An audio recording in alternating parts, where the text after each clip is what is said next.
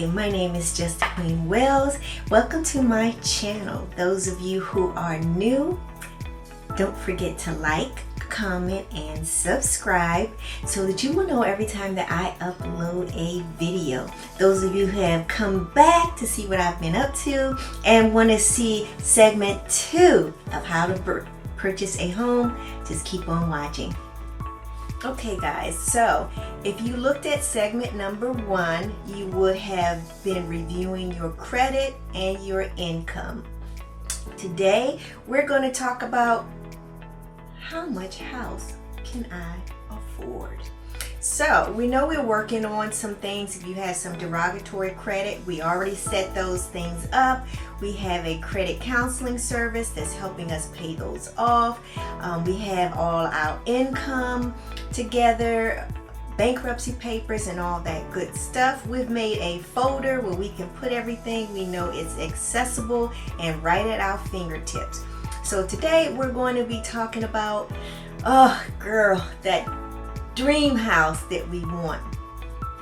Well, get that out of your mind, because this is not going to be your dream house. It's not going to be your forever home. So that dream house is not going to happen. However, you need to find the house that you can afford. And that's going to be based off of your salary, of course. That's what you want to look at. You want to look at your salary. You can go online where they have estimators on how much your payments would be for a home. You want to find out what the interest rate is, and you can find that right on the internet, what the current interest rate is, and you want to use that as a basis of finding out what your ratios look like. Now, you want to take your total income and you want to take your total debt. Now we know those are changing because girl, we paying off some stuff and we're working on our credit, but this is a part of that you want to be aware of, because your ratios are going to be extremely important. Your back end and your front end. So what processors look at the most is your back end ratio. We want to see that that's at least no more than 40% of your income. So again, you want to take your income and your liabilities and you want to divide them, and that's what's going to give your back end ratio. Now, if your debt, and let's say your ratios come back to be 45%, that's okay, but you are going to be scrutinized a little bit harder than if they were 40%. If your ratios are 50%, you might get away with it with an FHA program or with VA, which is totally different.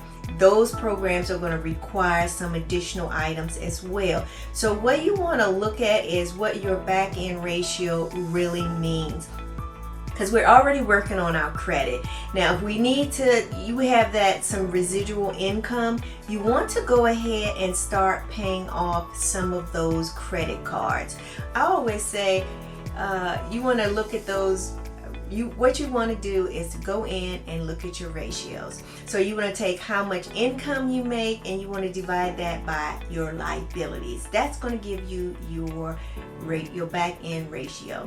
So we normally want to see ratios within the 40% range. 45 is okay, and sometimes with FHA program you can get away with 50. I wouldn't recommend it. I wouldn't want to try it, but you want to look at what your current back ratio is. And the reason why that's going to be important is because when you're purchasing a home, you want to know what can you afford. You want to know that in advance. Crush those dreams of this being your forever home, because girl, it is not going to be. You want to get your foot in the door so that you're able to purchase a home. Show your payments. Your income is going to go up as the years go along, or things might change. If you are a 2-income family, hey, one of y'all might lose a job. Can the other person afford that payment on their own? Those are important considerations to look at. So once you have your back end ratio, you want to see if it's 45, 50, girl, if it's 60, you got some work to do. Work to do. Now, I know we're already working on our credit, but we need to encompass this along with that credit. So you want to get your ratios down if they're over 40%. The way to do that is you can't change your payment of your credit cards, but you can certainly put more money towards them. You might not have a lot of income to put towards that. You might have some residual incomes where you got night out, girl, you buying those shoes, those bags. Girl, take that income, put those things on hold, take that income and put towards paying your bills off. You're going to have to make some sacrifices. That's just how it's going to have to be until you have those ratios down and you have a plan to purchase your house. You got to give to get. So you want to make sure you put aside those little things. Girl, you might even have to, you might have to stop all that Netflixing and all these other expensive DirecTV. Anything that you can reduce it. Eat in, get groceries, stop doing DoorDash. Whatever you need to do, you need to take that residual income, put it towards paying those bills off.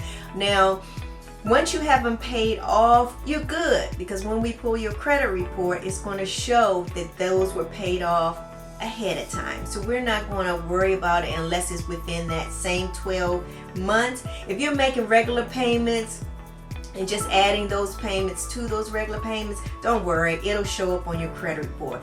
If you borrowing money or mama done gave you some money and she helping you pay those off, yep, you're going to have to source that money. And mama going to have to say she gave you a gift or it was a gift. So once you have that information, if somebody's helping you pay it off, you want to document that. You have to let that person know, hey, you're purchasing a house. They may have to provide documentation that they actually gave you that money. So be aware and conscious of everywhere you're getting funds from, because, girl, a processor is going to look at every single deposit. Everything. We're gonna check everything. We're gonna ask you where you got those funds from, and if you say I got them from my mama, we're gonna say tell your mama we need her bank statement so we can see her transferring those funds to you. And tell your mama, is that a gift? Because if she says it's a loan, guess what? We need payments for that loan. We need to know what your payments are going to be. We need to know if you paid it back, when you have to pay it back. So any funds you get that you are not paying back, they are a gift. If the person says, hey, this is a loan and I want it back, you need to get something on paper that says when you're supposed to pay it back, how much a month you're supposed to be paying, because we're going to count that against your ratios. So you want to be conscious of every dime you get to pay off or pay down that debt. Now, programs don't like to see debt being paid down. If your ratios are high, we want to see that stuff paid off. Now, if you have one or two accounts and they're just huge payments, $600, $700, $800, and your ratios are way up there, you're gonna have to figure out a way to pay that off. So don't go out and buy some car and a car note is $800, $700, and you look at your ratios and that's the reason why they're so high. Well, you're gonna have to get rid of that car. Get items you can afford. Make sure you're not spending more than 40% of your income on your liabilities. So that's pretty much what we're going over today, is just making sure that how much house you can afford. Now, once you have your ratios and you know how you're going to pay it down, you want to go on to one of the sites, and I'll put some sites over here, that's going to direct you and tell you exactly what your income, what your income can afford, because you want to take that payment and you want to include it in your front end. Okay, so you want to do the same thing. So if your liabilities are $400 and you think you can afford a $300,000 house, at an interest rate of probably about now, it's probably about 6% or 5%. You want to make sure that you input that in there, and then once they give you that payment, let's say $1,500 or $2,000, you want to take that $2,000 and you want to put that on your back end ratio. So you want to include those with your liabilities. If that bumps your liabilities way up there, based on your income, girl, you can't afford no $2,000 payment. You just can't do it. So on a $50,000-$60,000 salary, no. You want your liabilities down at 20% or something like that. So knowing your back end ratios is extremely important. It's going to let you know how much house you can afford. Get that pipe dream out of your head. You just want to get your foot in the door to get something that's affordable for you, something that you can live in until your income increases, or until your situation is, if you're single or something like that, until, girl, hell, you might get married, have kids, who knows. So you want to make sure that you go on, you look and see, what payment can I afford? Can I afford a $1,200 payment? Can I afford a $900 payment? Where's my payment scale? Once you have that payment information, your back end ratio is at 40, 45, anywhere between 40 and 45, then girl, it's time to look at that as your stepping stone. So you know what house you can afford. You're paying down your debt. You're getting your credit report together as all this is going on. So you're not going to go out looking for, oh girl, I want a 3-bedroom, large closets, a eat-in kitchen. Girl, no, you can't afford that $300,000 house. You got to go with $120,000 or maybe $150,000, which they have houses in that range. They certainly do. So you want to get that information, use it to determine what you should be looking for, what house payment you can afford, and what house you need to be looking at. A year in advance is a long time. 2 years is a long time. Interest rates change and all that good stuff. But you want to steadily do that while you're working on your credit, so that you can keep it in your head exactly what you can afford while you're getting your credit together. This is going to give you a true idea of where you stand at your current income versus liabilities, because you're working on those liabilities. They're going to change over the next year or so. So, your housing budget may increase a little bit, but I would say, guys, you don't want to use any more than 40% of your salary, because you got to remember, when purchasing a house, they're going to look at what your payment is, what your taxes are, what your insurance is going to be, and if it's FHA program, you're going to be paying a payment for that as well. So all of those payments are going to be put together, and you need to be able to afford that final figure. So if your house payment is $1,200, hey, your insurance is going to be $300. Your taxes are going to be $1,200 a year. We're going to take that $1,200, we're going to divide it by 12. We're going to add that payment as well. If this, like I said, FHA, whatever that payment is, you have to pay per month, we're going to add that. So now you've gone from $1,200 a month for just the house, but your total outgoing for that house is going to be $1,800. You can't afford it. So you want to make sure that you have all of those things in your mind when you're looking for how much house can I afford. So keep working on your credit. Go ahead and look at the description box below so you can go to some of those sites and just play around and see how much house you can afford.